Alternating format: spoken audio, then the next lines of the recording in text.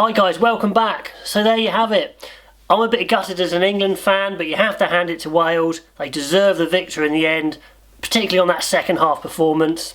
So Wales win, they're on for the Grand Slam, although they have the harder two remaining fixtures. England lose, although they could still win the championship, depending on how results go. So let's just, first of all, it'll be easy for me as an England fan to launch into the game and just say where England got it wrong, but that would be remiss of me, so I'm going to start with Wales for sure, say what they did right. First of all, oh my God, how disciplined were Wales? In the whole second half, all I was saying to the TV and the guy I was watching it with is Wales are giving us nothing. They just gave us absolutely nothing. No penalties. The penalty count must have been crazy low for Wales. Comment below. It's straight away after the game, so I haven't really looked. But they weren't giving us any knock-ons, any penalties. They were so disciplined. It was amazing. And then their attack was, they pushed us wide at times. They looked dangerous out wide, but England actually defended that pretty well generally. And when they went direct, again, England were tackling well. They were hitting Wales back. It was a good ding-dong battle. It was nothing special from Wales, but it was just so accurate and so disciplined. Eventually it told. They score their tries. And England lose in the end. And to go to England briefly now, where they went wrong, well actually at half time they were in a great position.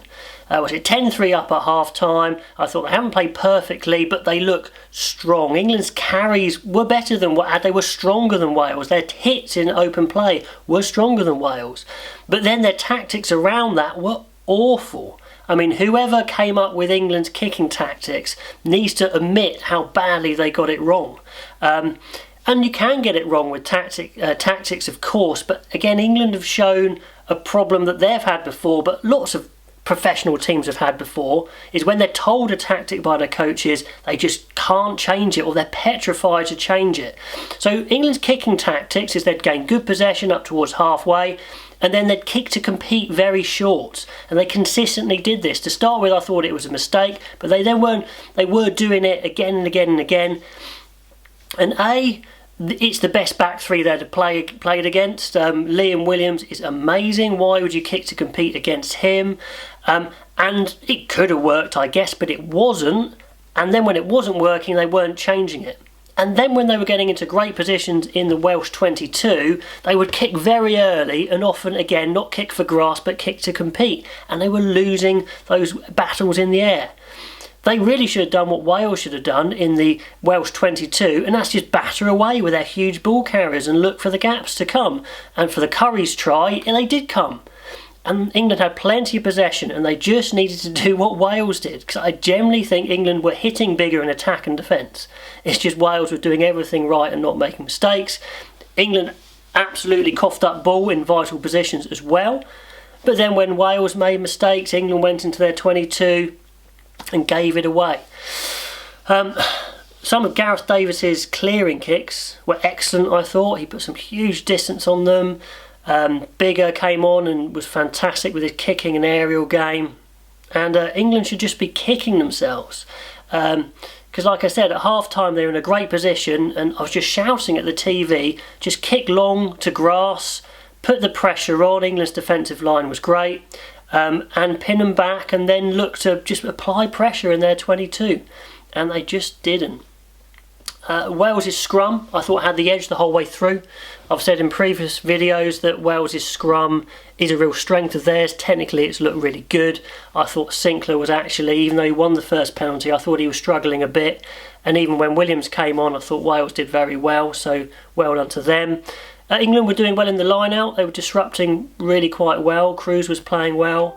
I mean, England were playing well, as in their individuals, like Billy Vunipola looked really sharp, Laws looked sharp, Curry was all over the place.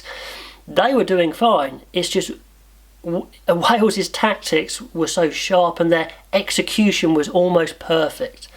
I mean, they gave England absolutely nothing. They showed what you need to do to win a test match.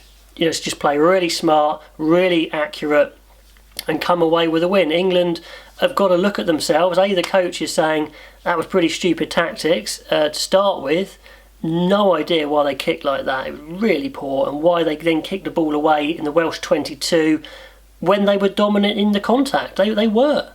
Another real clever thing that Wales did, actually, again and again and again, comment below if you noticed this, they were deliberately trying to disrupt Ben Youngs' passing and kicking game, because when the ball was static, they were deliberately nudging that ruck again and again to knock into him, and it worked lots of times to disrupt Ben Youngs' kicking or passing game from slow ball. That was very clever. That being said, England slowed up Wales' ball really well, in the first half especially. But yeah, hang your heads, England coaches. Those tactics were woeful, and then England were too scared to change, call it themselves to change their tactics. And Wales then, when they got the ball back, just gave England absolutely nothing, squeezed the life out of them, got the deserved win. So going forward, what a great model to go forward with Wales. I thought discipline, tactics-wise, defensive organisation, brilliant. Coaches take a bow. Player for player, I thought England looked pretty good, actually. I think they'd be happy with the players they've got together in the right position, in the right shape, but they've got to be a lot smarter and be able to change their tactics. They could have squeezed Wales there really well, and they chose not to for some reason.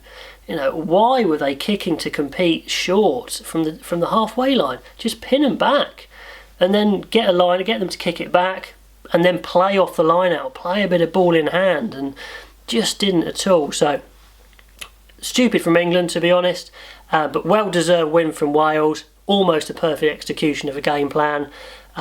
Passion-wise, Wales were always going to bring the passion. I thought England survived that first 10-15 minutes quite well, actually. Wales could have been ahead quite early.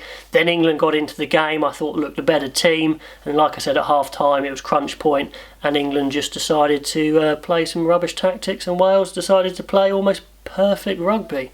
Not spectacular, but just no-mistake rugby. Anyway, there you go.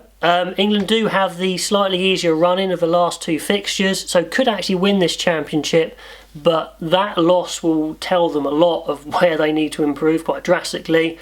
Wales, I think, won't be perfectly happy with what they did. They could be a little bit more exciting, exploiting England's wide areas, which were a little bit weak. But they'll be incredibly happy with their discipline.